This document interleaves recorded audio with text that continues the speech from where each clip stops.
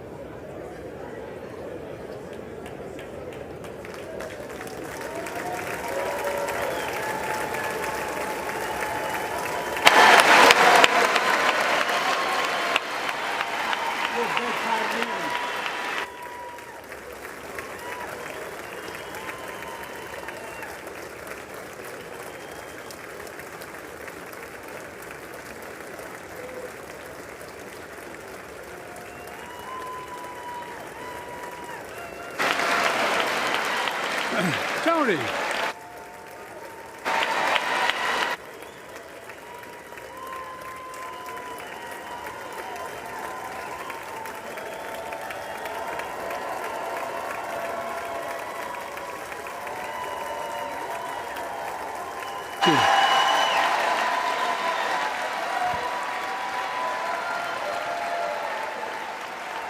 Jill.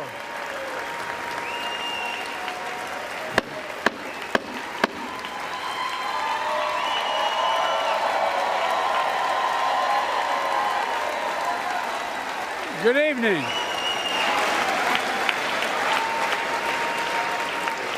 Good evening. If I were smart, I'd go home now.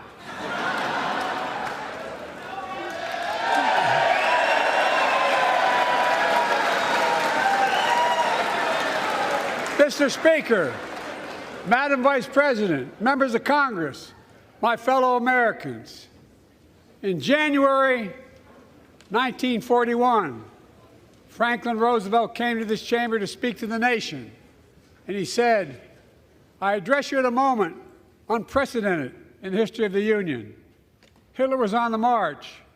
War was raging in Europe. President Roosevelt's purpose was to wake up Congress and alert the American people that this was no ordinary time. Freedom and democracy were under assault in the world. Tonight, I come to this same chamber to address the nation. Now, it's we who face an unprecedented moment in the history of the Union. And yes, my purpose tonight is to wake up the Congress and alert the American people that this is no ordinary moment either. Not since President Lincoln and the Civil War have freedom and democracy been under assault at home as they are today. What makes our moment rare is that freedom and democracy are under attack both at home and overseas at the very same time. Overseas, Putin of Russia is on the march, invading Ukraine and sowing chaos throughout Europe and beyond. If anybody in this room thinks Putin will stop at Ukraine, I assure you he will not.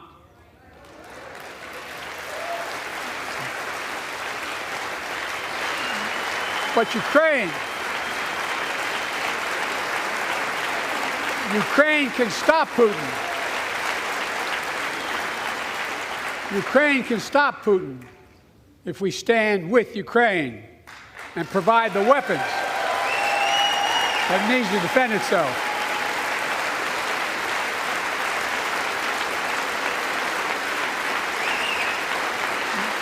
That is all.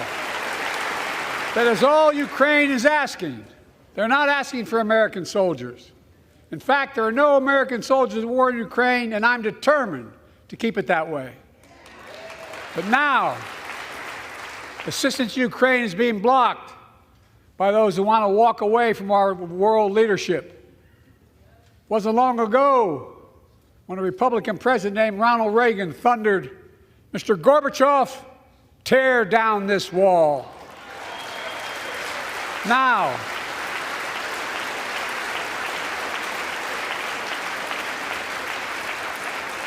my predecessor, a former Republican president, tells Putin, quote, "Do whatever the hell you want."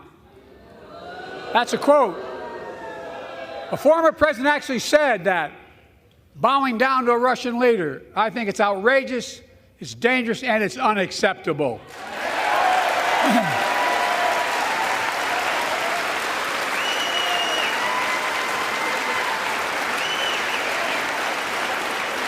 America is a founding member of NATO, the military alliance of democratic nations created after World War II to prevent war and keep the peace. And today, we've made NATO stronger than ever. We welcomed Finland to the alliance last year. And just this morning, Sweden officially joined, and their minister is here tonight. I'm going to stand up. Welcome. Welcome, welcome, welcome.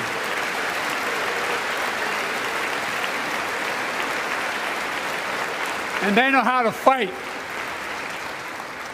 Mr. Prime Minister, welcome to NATO, the strongest military alliance the world has ever seen. I say this to Congress, we have to stand up to Putin. Send me a bipartisan national security bill. History is literally watching. History is watching. If the United States walks away, it will put Ukraine at risk. Europe is at risk. The free world will be at risk, emboldening others to do what they wish to do us harm. My message to President Putin, who I've known for a long time, is simple. We will not walk away.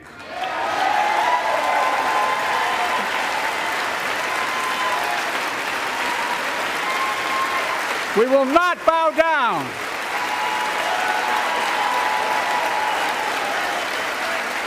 I will not bow down. In a literal sense, history is watching. History is watching. Just like history watched 3 years ago on January 6th, when insurrectionists stormed this very Capitol and placed a dagger to the throat of American democracy. Many of you are here on that darkest of days. We all saw with our own eyes the insurrectionists were not patriots. They'd come to stop the peaceful transfer of power, to overturn the will of the people. January 6th lies about the 2020 election and the plots to steal the election posed a gravest threat to U.S. democracy since the Civil War. But they failed. America stood.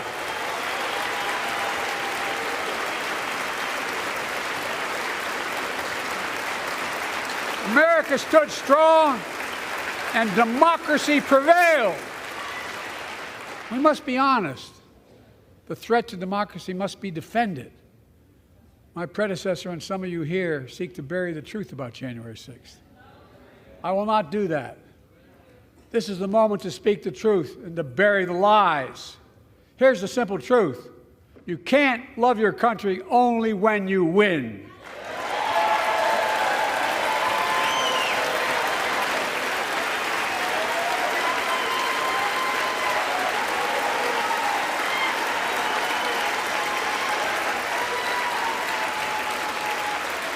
As I've done ever since being elected to office, I ask all of you, without regard to party, to join together and defend democracy. Remember your oath of office to defend against all threats, foreign and domestic. Respect free and fair elections, restore trust in our institutions, and make clear political violence has absolutely no place in America, zero place. Again, it's not hyperbole to suggest history is watching. We're watching. Your children and grandchildren will read about this day and what we do. History is watching another assault on freedom.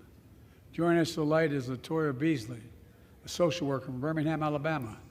14 months ago, she and her husband welcomed a baby girl thanks to the miracle of IVF. She scheduled treatments to have that second child, but the Alabama Supreme Court shut down IVF treatments across the state, unleashed by a Supreme Court decision overturning Roe v. Wade. She was told her dream would have to wait. What her family had got through should never have happened. Unless Congress acts, it could happen again. So tonight, let's stand up for families like hers. To my friends across the aisle, don't keep this waiting any longer. Guarantee the right to AVF. Guarantee it nationwide.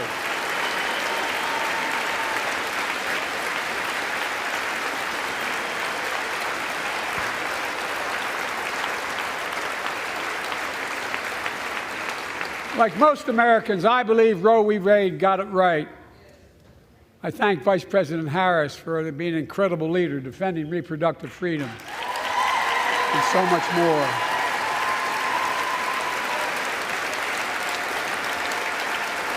Thank you.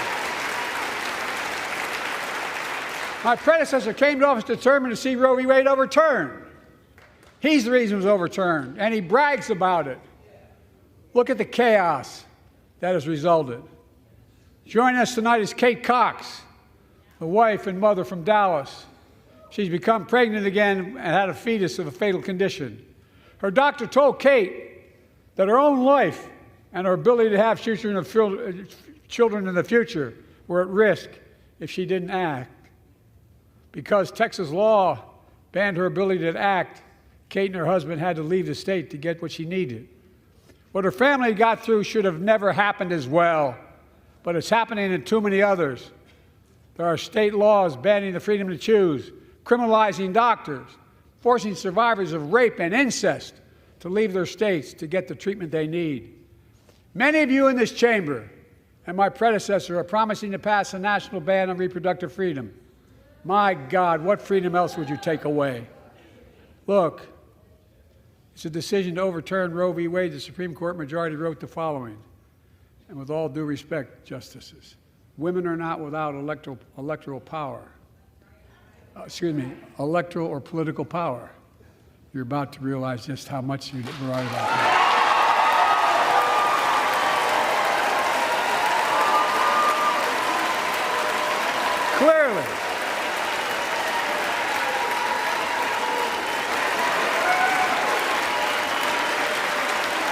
Clearly, those bragging about overturning Roe v. Wade have no clue about the power of women. But they found out when reproductive freedom was on the ballot. We won in 2022 and 2020, and we'll win again in 2024.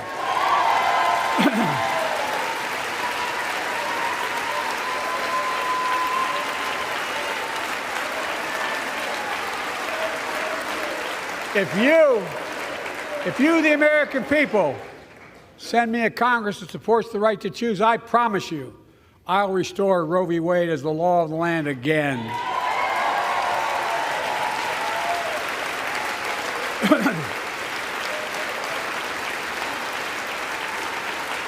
Folks, America cannot go back. I'm here tonight to show what I believe is the way forward, because I know how far we come. 4 years ago next week, before I came to office, the country was hit by the worst pandemic and the worst economic crisis in a century. Remember the fear, record losses. Remember the spikes in crime and the murder rate, raging virus that took more than 1 million American lives of loved ones, millions left behind. A mental health crisis of isolation and loneliness. A president, my predecessor, failed the most basic presidential duty that he owes to American people, the duty to care. I think that's unforgivable. I came to office determined to get us through one of the toughest periods in the nation's history. We have. It doesn't make news, but in 1,000 cities and towns, the American people are writing the greatest comeback story never told.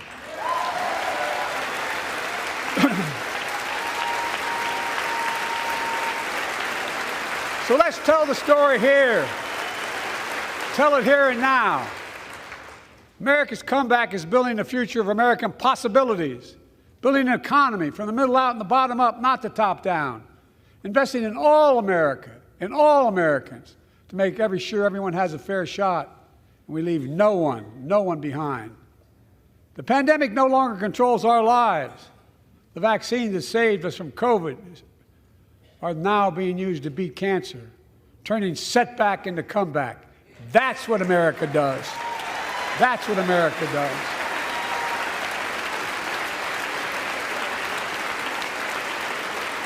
Folks, our inherited economy is on the brink. Now our economy is literally the envy of the world. 15 million new jobs in just 3 years, a record, a record. Unemployment at 50-year lows. A record 16 million Americans are starting small businesses, and each one is a literal act of hope. With historic job growth and small business growth for Black and Hispanics and Asian Americans, 800,000 new manufacturing jobs in America and counting.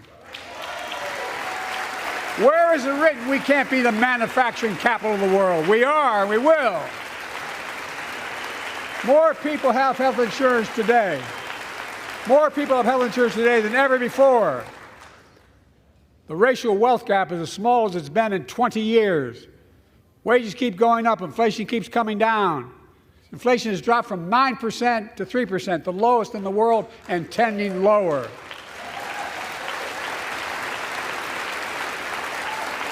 The landing is and will be soft.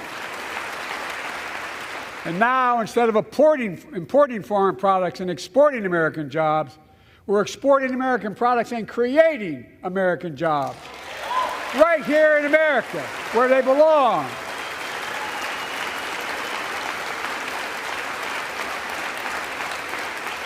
And it takes time, but the American people are beginning to feel it. Consumer studies show consumer confidence is soaring. Buy America has been the law of the land since the 1930s. Past administrations, including my predecessor, including some Democrats as well in the past, failed to buy American. Not anymore. On my watch, federal projects that you fund, like helping build American roads, bridges, and highways, will be made with American products and built by American workers.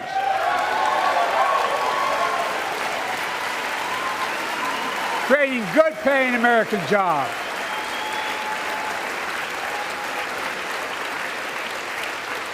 And thanks to our CHIPS and Science Act, the United States is investing more in research and development than ever before. During the pandemic, a shortage of semiconductors, chips, that drove up the price of everything from cell phones to automobiles. And by the way, we invented those chips right here in America. Well, instead of having to import them, private companies are now investing billions of dollars to build new chip factories here in America, creating tens of thousands of jobs. Many of those jobs paying $100,000 a year and don't require a college degree.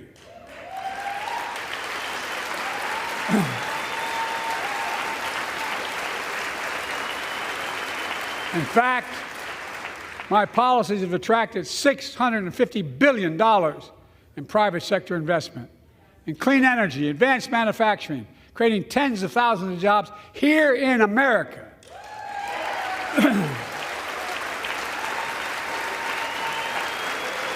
And thanks to our bipartisan infrastructure law, 46,000 new projects have been announced all across your communities. And by the way, I noticed some of you strongly voted against it, or they're cheering on that money coming in. I like it. I'm with you. I'm with you. And if any of you don't want that money in your district, just let me know. Modernizing our roads and bridges, ports and airports, public transit systems. Removing poisonous lead pipes so every child can drink clean water without risk of brain damage.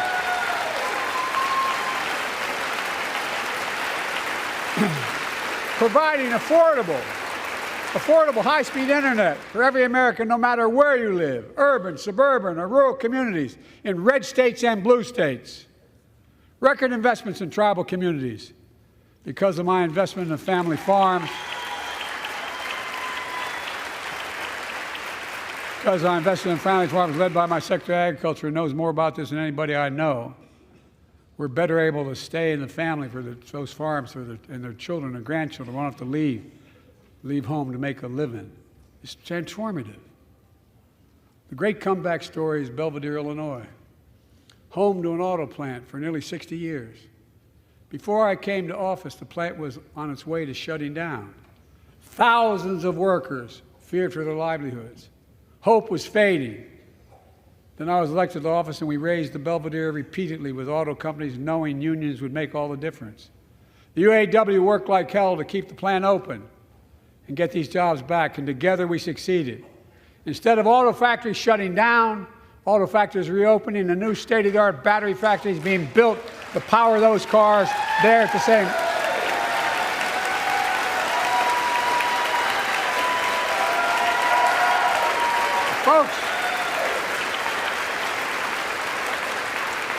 The folks at Belvedere, I say, instead of your town being left behind, your community is moving forward again.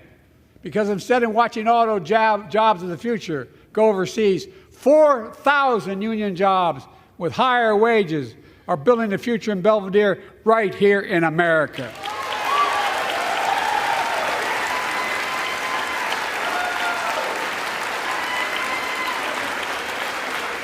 Here tonight is UAW President Shawn Fain, a great friend and a great labor leader. Shawn, where are you?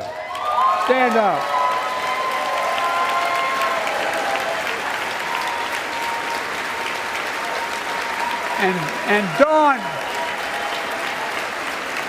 And Dawn Sims, a third-generation worker, UAW worker at Belvedere. Shawn, I was proud to be the first president to stand on the picket line, and today, Dawn has a good job in her hometown, providing stability for her family and pride and dignity as well. Showing once again, Wall Street didn't build America. They're not bad guys. They didn't build it, though. The middle class built the country, and unions built the middle class.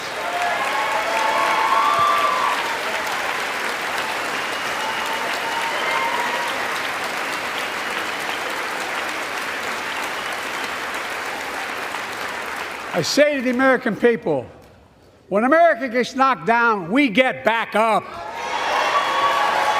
We keep going. That's America.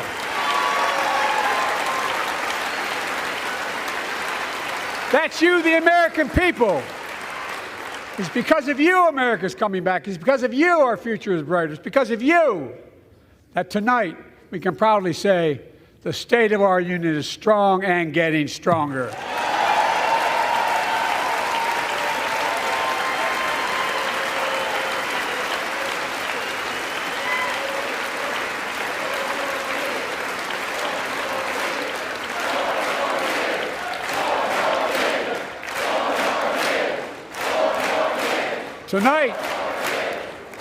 Tonight, I want to talk about the future of possibilities that we can build together.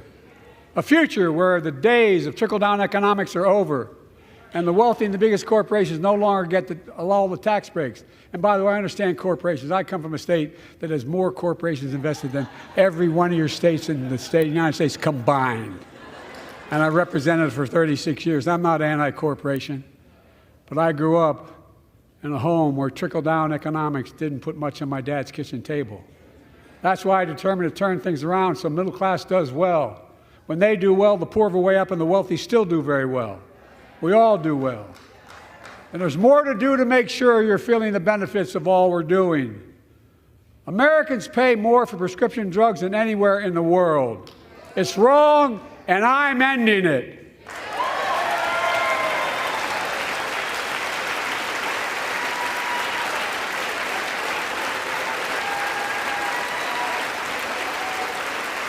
With a law that I proposed and signed, not one of you Republican buddies voted for it. We finally beat Big Pharma.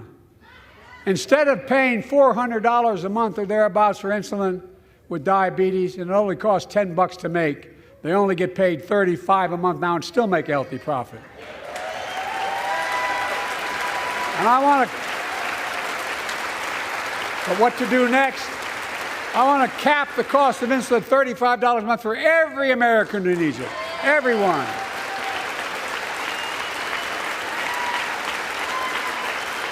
For years, people have talked about it, but finally we got it done and gave Medicare the power to negotiate lower prices on prescription drugs, just like the VA is able to do for veterans.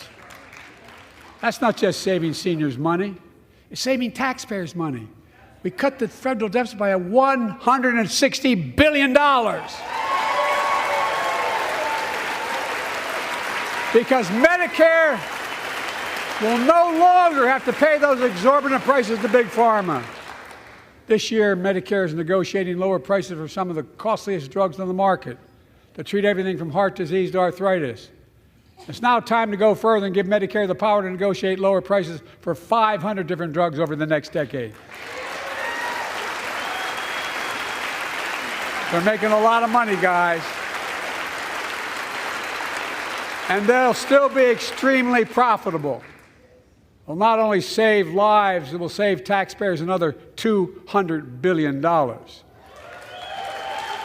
Starting next year, the same law caps total prescription drug costs for seniors on Medicare at $2,000 a year, even for expensive cancer drugs that cost $10,000, $12,000, $15,000. Now I want to cap prescription drug costs at $2,000 a year for everyone. Folks, I'm going to get in trouble for saying that, but if you want to get in Air Force One and fly to Toronto, Berlin, Moscow, even Moscow, probably. And bring your prescription with you, and I promise you I'll get it for you for 40% the cost you're paying now. Same company, same drug, same place. Folks, the Affordable Care Act, the old Obamacare, is still a very big deal.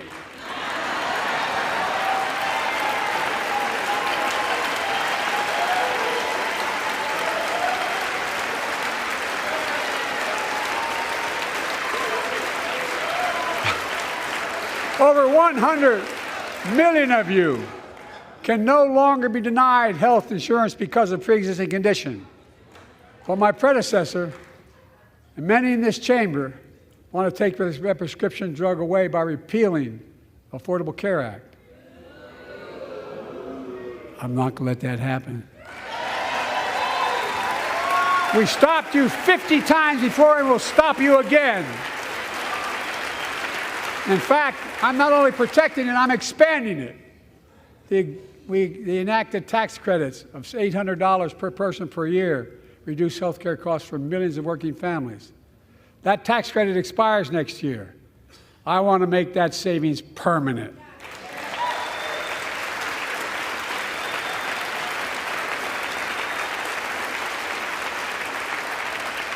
To state the obvious, women are more than half our population.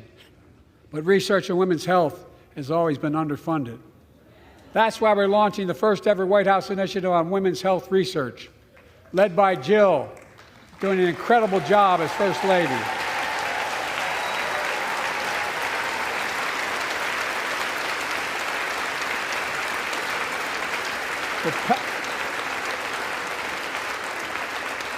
So pass my plan for $12 billion to transfer women's health research and benefit millions of lives all across America. I know the cost of housing is so important to you. If inflation keeps coming down, mortgage rates will come down as well, and the Fed acknowledges that. But I'm not waiting. I want to provide an annual tax credit that will give Americans $400 a month for the next 2 years as mortgage rates come down, to put toward their mortgages when they buy their first home or trade up for a little more space. Just for 2 years.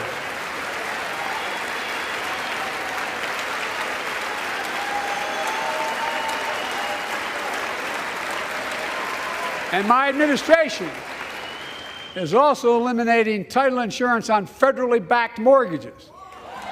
When you refinance your home, you can save $1,000 or more as a consequence. For millions of renters, we're cracking down on big landlords who use antitrust law, who break antitrust laws by price fixing and driving up rents. We've cut red tape so builders can get federally financing, which is already helping build a record 1.7 million new housing units nationwide. Now pass and build and renovate 2 million affordable homes and bring those rents down.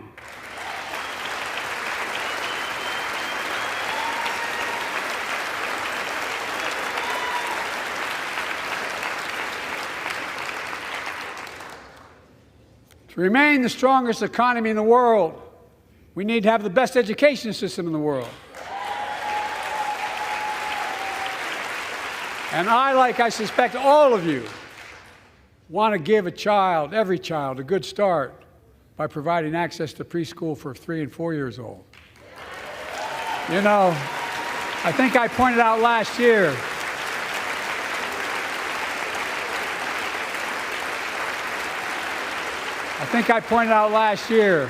that children coming from broken homes where there's no books, they're not read to, not spoken to very often, start school, kindergarten or first grade, having heard 1 million fewer words spoken.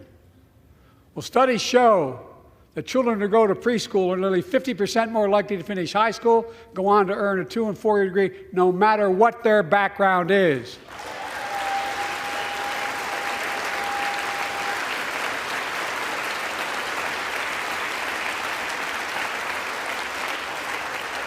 I met a year and a half ago with the leaders of the Business Roundtable. They were mad that they were angry. I think, well, they were discussing why I wanted to spend money on education. I pointed out to them, as vice president, I met with over I think it was 182 of those folks. Don't hold me to the exact number. And I asked them what they need most, the CEOs. And you've had the same experience on both sides of the aisle. They say a better educated workforce, right? So I looked at them, and I say, I come from Delaware. DuPont used to be the 8th largest corporation in the world. And every new enterprise they bought, they educated the workforce to that enterprise. But none of you do that anymore. Why are you angry with me providing you the opportunity for the best educated workforce in the world? And they all looked at me and said, I think you're right. I want to expand high-quality tutoring and summer learning to see that every child learns to read by 3rd grade.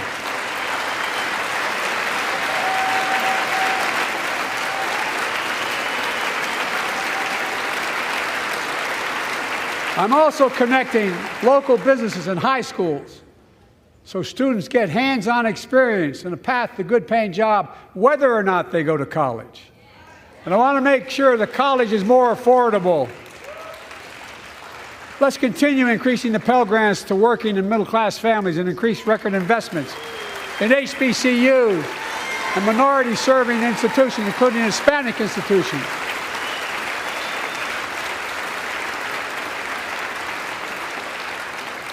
When I was told I couldn't universally just change the way in which we dealt with student loans, I fixed 2 student loan programs that already existed to reduce the burden of student debt for nearly 4 million Americans, including nurses, firefighters, and others in public service. Like Keenan Jones, a public educator from Minnesota, who's here with us tonight. Keenan, where are you? Keenan, thank you. He's educated hundreds of students so they can go to college. Now he's able to help, after debt forgiveness, get his own daughter to college.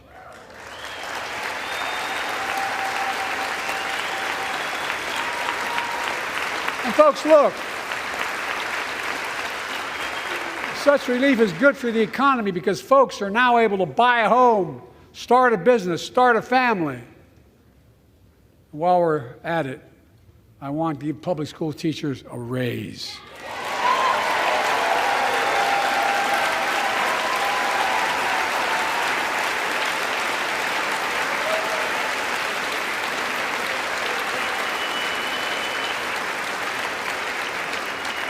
And by the way, the first couple of years, we cut the deficit. Now, let me speak to the question of fundamental fairness for all Americans. I've been delivering real results in fiscally responsible ways. We've already cut the federal deficit. We've already cut the federal deficit over $1 trillion. I signed the bipartisan deal to cut another $1 trillion in the next decade. It's my goal to cut the federal deficit another $3 trillion by making big corporations and very wealthy finally beginning to pay their fair share.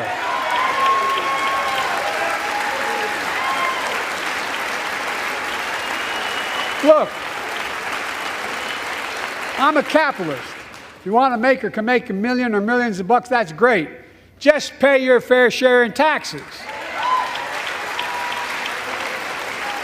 A fair tax code is how we invest things to make this country great.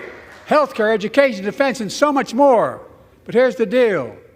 The last administration enacted a $2 trillion tax cut, overwhelmingly benefit the top 1%, the very wealthy and the biggest corporations, and exploded the federal deficit. They added more to the national debt than any presidential term in American history. Check the numbers. Folks at home, does anybody really think the tax code is fair? No. Do you really think the wealthy and big corporations need another $2 trillion tax break? No. I sure don't. I'm going to keep fighting like hell to make it fair. Under my plan, nobody earning less than $400,000 a year will pay an additional penny in federal taxes. Nobody, not one penny. And they haven't yet. In fact, the child tax credit I passed during the pandemic cut taxes for millions of working families and cut child poverty in half. Restore that child tax credit. No child should go hungry in this country. The way to make the tax code fair is to make big corporations and the very wealthy begin to pay their fair share. Remember in 2020, 55 of the biggest companies in America made $40 billion and paid zero in federal income tax. Zero. Not anymore. Thanks to the law I wrote and we signed, big companies have to pay a minimum of 15%. But that's still less than working people pay in federal taxes. It's time to raise corporate minimum tax to at least 21%.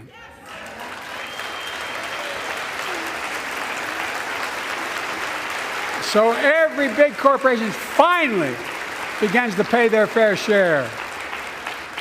I also want to end tax breaks for big pharma, big oil, private jets, massive executive pay when it's only supposed to be $1 million that could be deducted.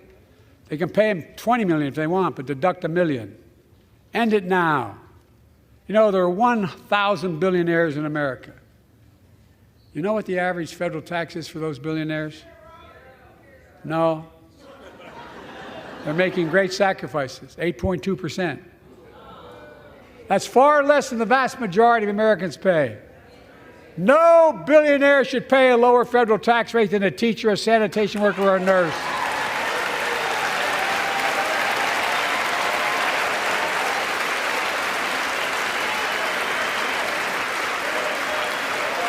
I propose a minimum tax for billionaires of 25%, just 25%. You know what that would raise? That would raise $500 billion over the next 10 years. And imagine what that could do for America. Imagine a future with affordable child care. Millions of families can get they need to go to work to help grow the economy. Imagine a future with paid leave, because no one should have to choose between working and taking care of their sick family member. Imagine a future of home care and elder care, and people living with disabilities so they can stay in their homes and family caregivers can finally get the pay they deserve. Tonight, let's all agree once again to stand up for seniors. Many of my friends on the other side of the aisle want to put Social Security on the chopping block. If anyone here tries to cut Social Security or Medicare or raise the retirement age, I will stop you.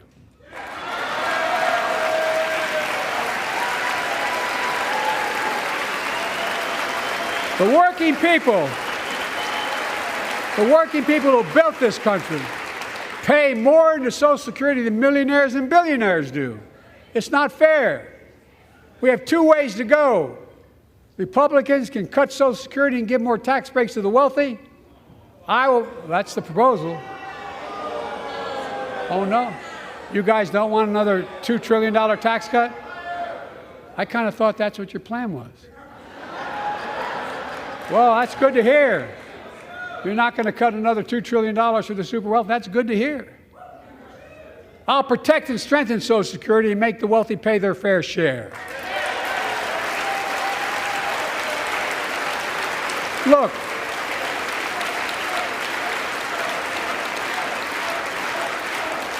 too many corporations raise prices to pad their profits, charging more and more for less and less. That's why we're cracking down on corporations that engage in price gouging and deceptive pricing, from food to health care to housing. In fact, the snack companies think you won't notice if they change the size of the bag and put a hell of a lot fewer, same size bag, put fewer chips in it. No, I'm not joking. It's called shrinkflation. Pass Bobby Casey's bill and stop this. I really mean it.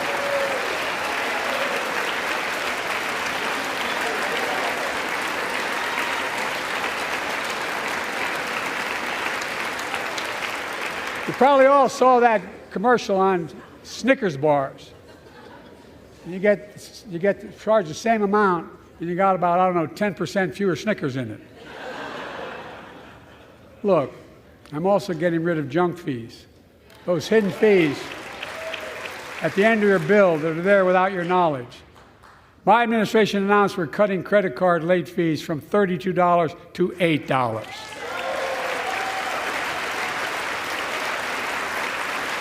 Banks and credit card companies are allowed to charge what it costs them to instigate the collection. And that's more a hell of a lot like $8 and 30-some dollars. They don't like it. The credit card companies don't like it. But I'm saving American families $20 billion a year with all the junk fees I'm eliminating. Folks at home, that's why the banks are so mad. It's $20 billion in profit. I'm not stopping there. My administration has proposed rules to make cable, travel, utilities, and online ticket sellers tell you the total price up front so there are no surprises. It matters. It matters. And so does this. In November, my team began serious negotiation with a bipartisan group of senators. The result was a bipartisan bill with the toughest set of border security reforms we've ever seen.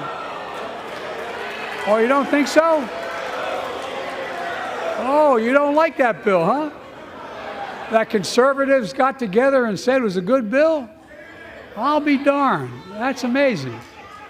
That bipartisan bill would hire 1,500 more security agents and officers, 100 more immigration judges to help tackle the backload of 2 million cases, 4,300 more asylum officers, and new policies so they can resolve cases in 6 months instead of 6 years now.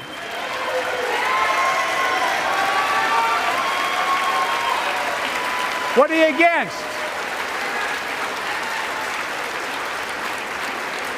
100 more high-tech drug detection machines to significantly increase the ability to screen and stop vehicles smuggling fentanyl into America. That's killing thousands of children.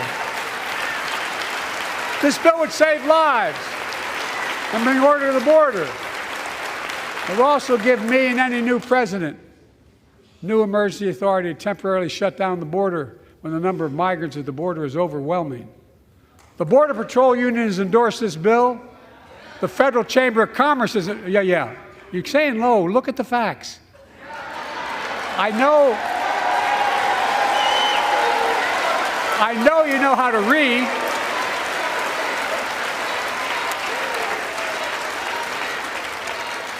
I believe that given the opportunity for a majority in the House and Senate would endorse the bill as well, a majority right now. But unfortunately, politics has derailed this bill so far. I'm told my predecessor called members of Congress in the Senate to demand they block the bill. He feels political win, he viewed it as would be a political win for me and a political loser for him. It's not about him, it's not about me.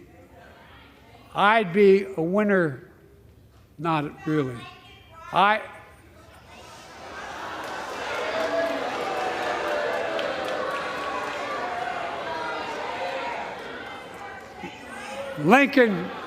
Lincoln Riley, an innocent young woman who was killed by an illegal. That's right. But how many of the thousands of people being killed by illegals? To her parents, I say, my heart goes out to you, having lost children myself. I understand.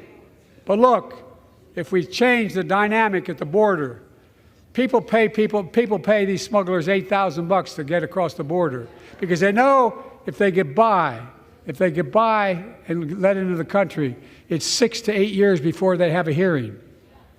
And it's worth taking the chance of the $8,000. But if it's only 6 weeks, the idea is it's highly unlikely that people will pay that money and come all that way knowing that they'll be able to be kicked out quickly. Folks,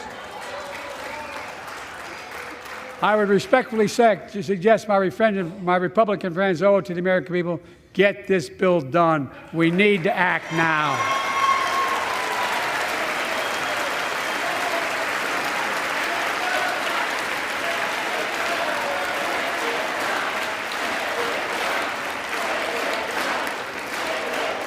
And if my predecessor is watching, instead of paying politics and pressuring members of Congress to block the bill, join me in telling the Congress to pass it. We can do it together, but that's what here's what he will not do. I will not demonize immigrants saying they are poison in the blood of our country. I will not separate families. I will not ban people because of their faith. Unlike my predecessor on my first day in office, I introduced a comprehensive bill to fix our immigration system. Take a look at it. It has all these and more. Secure the border. Provide a pathway to citizenship for dreamers, and so much more. But unlike my predecessor, I know who we are as Americans. We're the only nation in the world with a heart and soul that draws from old and new. Home to Native Americans, whose ancestors have been here for thousands of years. Home to people of every place, from every place on earth. They came freely. Some came in chains. Some came when famine struck, like my ancestral family in Ireland. Some to flee persecution, to chase dreams that are impossible anywhere but here in America. That's America. And we all come from somewhere, but we're all Americans.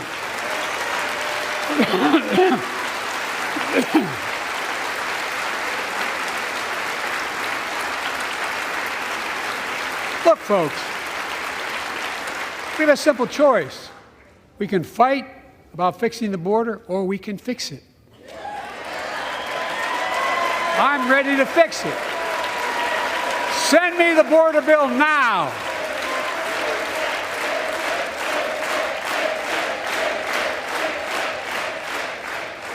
A transformational moment in history happened 59 years ago today in Selma, Alabama.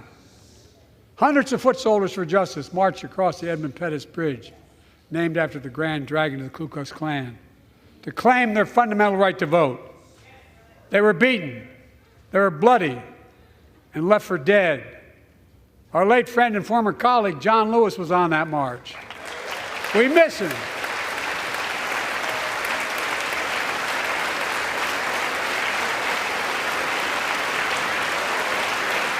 But joining us tonight are other marchers, both in the gallery and on the floor, including Betty Mae Fikes, known as the voice of Selma. The daughter of gospel singers and preachers, she sang songs of prayer and protest on that bloody Sunday to help shake the nation's conscience. 5 months later, the Voting Rights Act passed and was signed into law.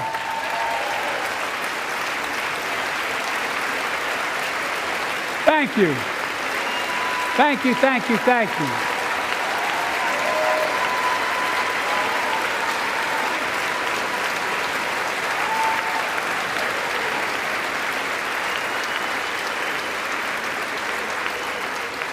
But 59 years later, there are forces taking us back in time. Voter suppression, election subversion, unlimited dark money, extreme gerrymandering. John Lewis was a great friend to many of us here. But if you truly want to honor him and all the heroes who marched with him, then it's time to do more than talk. Pass the Freedom to Vote Act, the John Lewis Voting Rights Act.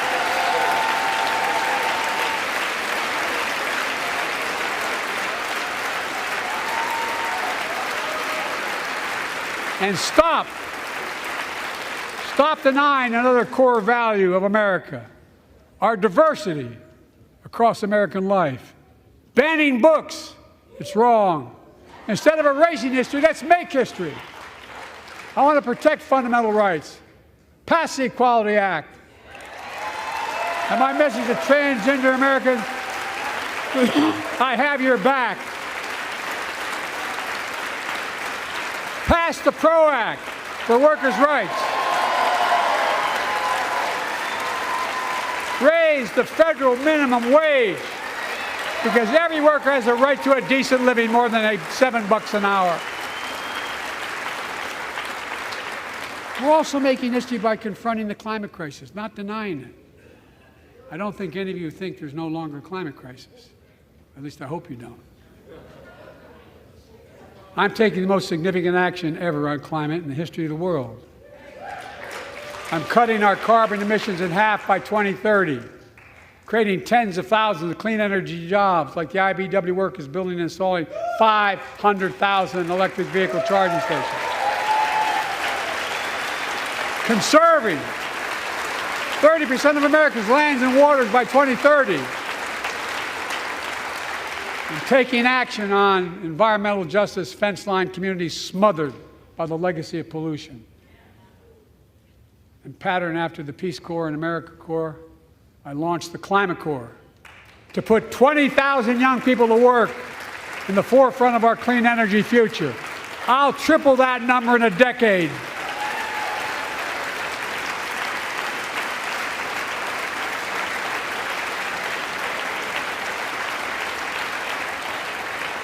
To state the obvious, all Americans deserve the freedom to be safe, and America is safer today than when I took office.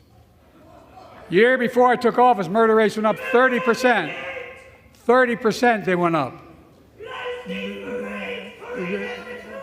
The biggest increase in history. It was then, through my American Rescue Plan, which every American voted against, I might add, we made the largest investment in public safety ever. Last year, the murder rate saw the sharpest decrease in history. Violent crime fell to one of its lowest levels in more than 50 years. But we have more to do. We have to help cities invest in more community police officers, more mental health workers, more community violence intervention. Give communities the tool to crack down on gun crime, retail crime, and carjacking. Keep building trust, as I've been doing by taking executive action on police reform and calling for it to be the law of the land. Directing my cabinet to review the federal classification of marijuana and expunging thousands of convictions for the mere possession, because no one should be jailed for simply using or have it on their record. Take on crimes of domestic violence. I'm ramping up the federal enforcement of the Violence Against Women Act that I proudly wrote when I was a senator, so we can finally end the scourge against women in America.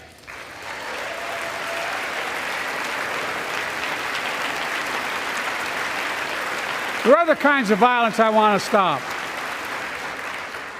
With us tonight is Jasmine, whose 9-year-old sister Jackie was murdered with 21 classmates and teachers in elementary school in Uvalde, Texas. Very soon after that happened, Jill and I went to Uvalde for a couple of days. We spent hours and hours with each of the families. We heard their message, so everyone in this room, in this chamber, could hear the same message. The constant refrain, and I was there for hours meeting with every family. They said, do something. Do something. Well, I did do something by establishing the first ever Office of Gun Violence Prevention in the White House, that the Vice President is leading the charge. Thank you for doing it.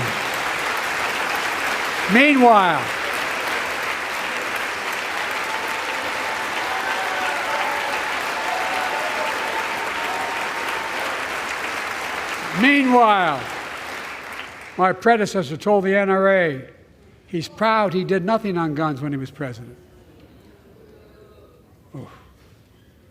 After another shooting in Iowa recently, he said, when asked what to do about it, he said, just get over it. There's his quote, just get over it. I say, stop it. Stop it, stop it, stop it.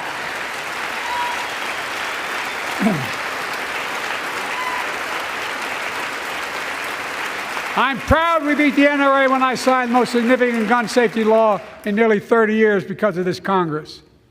We now must beat the NRA again. I'm demanding a ban on assault weapons and high-capacity magazines. Pass universal background checks. None of this. I taught the Second Amendment for 12 years. None of this violates the Second Amendment or vilifies responsible gun owners. You know, as we manage challenges at home, we're also managing crises abroad, including in the Middle East. I know the last 5 months have been gut-wrenching for so many people, for the Israeli people, for the Palestinian people, and so many here in America. This crisis began on October 7th with a massacre by a terrorist group called Hamas, as you all know. 1,200 innocent people, women and girls, men and boys, slaughtered after enduring sexual violence. The deadliest day for the Jewish people since the Holocaust, and 250 hostages taken. Here in this chamber tonight are families whose loved ones are still being held by Hamas. I pledge to all the families that we will not rest until we bring every one of your loved ones home. We also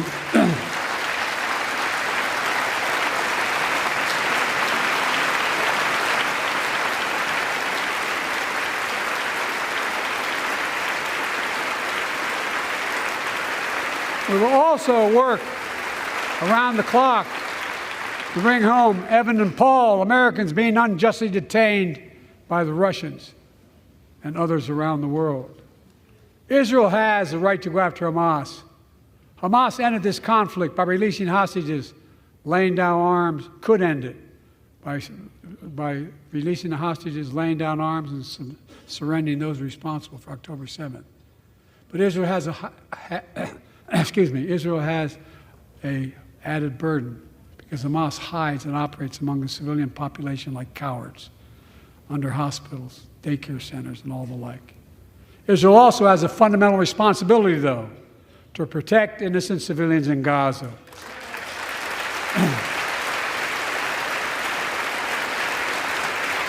This war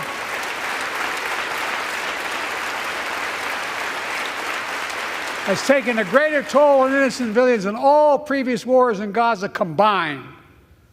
More than 30,000 Palestinians have been killed, most of whom are not Hamas. Thousands and thousands of innocent women and children, girls and boys, also orphaned. Nearly 2 million more Palestinians under bombardment or displacement. Homes destroyed, neighborhoods in rubble, cities in ruin. Families without food, water, medicine. It's heartbreaking. I've been working nonstop to establish an immediate ceasefire that would last for 6 weeks to get all the prisoners released, all the hostages released, to get the hostages home and ease the intolerable and humanitarian crisis and build toward an enduring, something more enduring. The United States has been leading international efforts to get more humanitarian assistance to Gaza. Tonight, I'm directing the U.S. military to lead an emergency mission to establish a temporary pier in the Mediterranean on the coast of Gaza that can receive large shipments carrying food, water, medicine, and temporary shelters. No U.S. boots will be on the ground. A temporary pier will enable a massive increase in the amount of humanitarian assistance getting into Gaza every day.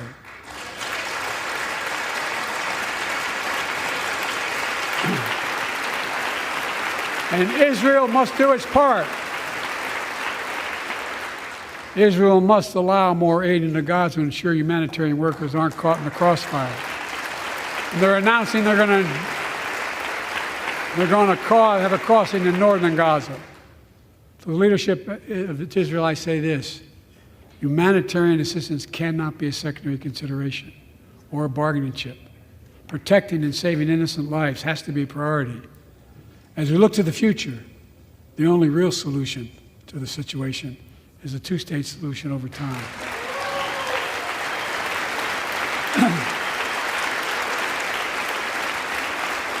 And I say this as a lifelong supporter of Israel. My entire career, no one has a stronger record with Israel than I do. I challenge any of you here. I'm the only American president to visit Israel in wartime. But there is no other path that guarantees Israel's security and democracy. There is no other path that guarantees Palestinians can live in peace with peace and dignity. And there's no other path that guarantees peace between Israel and all of its neighbors, including Saudi Arabia, with whom I'm talking. Creating stability in the Middle East also means containing the threat posed by Iran.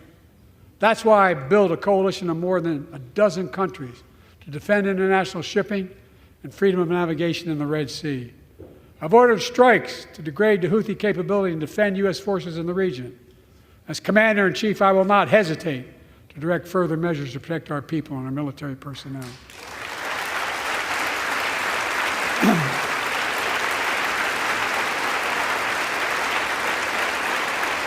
For years, I've heard many of my Republican and Democratic friends say that China is on the rise and America is falling behind. They've got it backwards. I've been saying it for over 4 years, even when I wasn't president. America's rising. We have the best economy in the world. And since I've come to office, our GDP is up, our trade deficit with China is down to the lowest point in over a decade. And we're standing up against China's unfair economic practices. We're standing up for peace and stability across the Taiwan Straits. I've revitalized our partnership and alliance in the Pacific. India, Australia, Japan, South Korea, the Pacific Islands. I've made sure that the most advanced American technologies can't be used in China, not allowing to trade them there. Frankly, for all this tough talk on China, it never occurred to my predecessor to do any of that. I want competition with China, not conflict. And we're in a stronger position to win the conflict of the 21st century against China than anyone else, for that matter, than any time as well. Here at home, I've signed over 400 bipartisan bills, but there's more to pass my unity agenda. Strengthen penalties on fentanyl trafficking. You don't want to do that, huh? Pass bipartisan privacy legislation to protect our children online. Harness the promise of AI to protect us from peril. Ban AI voice impersonations and more. And keep our truly sacred obligation to train and equip those we send into harm's way and care for them and their families when they come home and when they don't.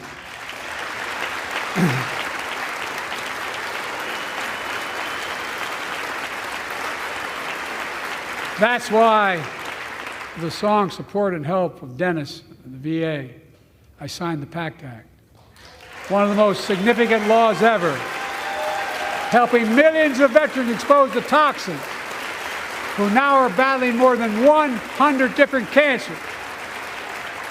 Many of them don't come home, but we owe them and their families support. We owe it to ourselves to keep supporting our new health research agency called ARPA-H, and remind us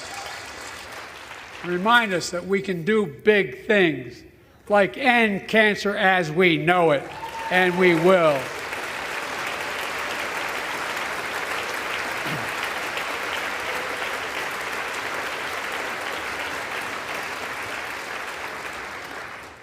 Let me close with this. Yay!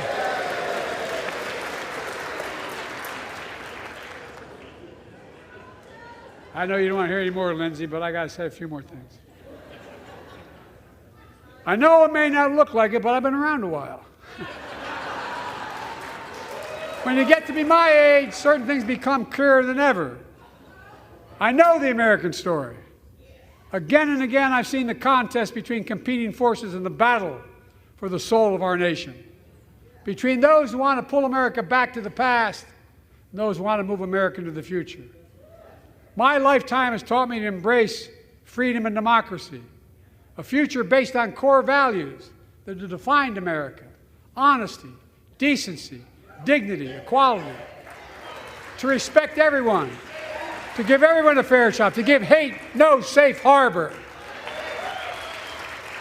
Now, other people my age see it differently. The American story of resentment, revenge, and retribution, that's not me. I was born amid World War II, when America stood for the freedom of the world. I grew up in Scranton, Pennsylvania, and Claymont, Delaware, among working-class people who built this country. I watched in horror as two of my heroes, like many of you did, Dr. King and Bobby Kennedy, were assassinated. And their legacies inspired me to pursue a career in service. I left the law firm, became a public defender because my city of Wilmington was the only city in America occupied by the National Guard after Dr. King was assassinated because of the riots. And I became a county councilman almost by accident. I got elected to the United States Senate when I had no intention of running at age 29. Then vice president to our first black president. Now president to the first women vice president.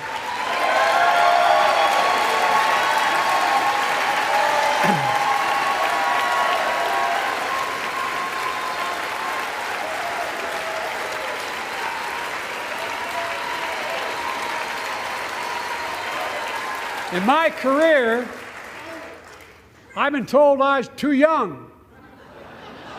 By the way, they didn't let me on the Senate elevators for votes sometimes. Not a joke. And I've been told I'm too old. Whether young or old, I've always known what endures. I've known our North Star. The very idea of America is that we're all created equal and deserve to be treated equally throughout our lives. We've never fully lived up to that idea, but we've never walked away from it either. And I won't walk away from it now. I'm optimistic. I really am. I'm optimistic, Nancy.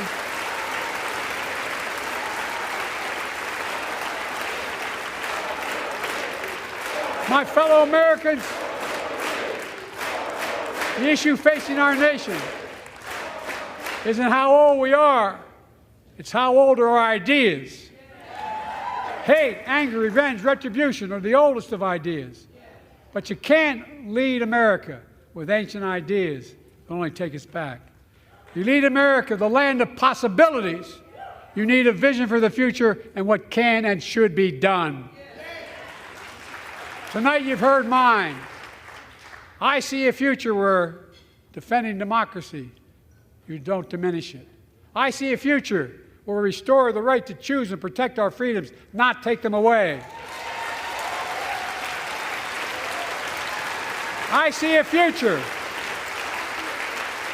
where the middle class finally has a fair shot and the wealthy have to pay their fair share in taxes. I see a future where we save the planet from the climate crisis and our country from gun violence. Above all, I see a future for all Americans. I see a country for all Americans. And I will always be president for all Americans because I believe in America. I believe in you, the American people. You're the reason we've never been more optimistic about our future than I am now. So let's build the future together. Let's remember who we are. We are the United States of America. And there is nothing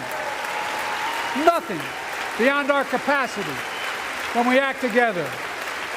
God bless you all, and may God protect our troops. Thank you, thank you, thank you.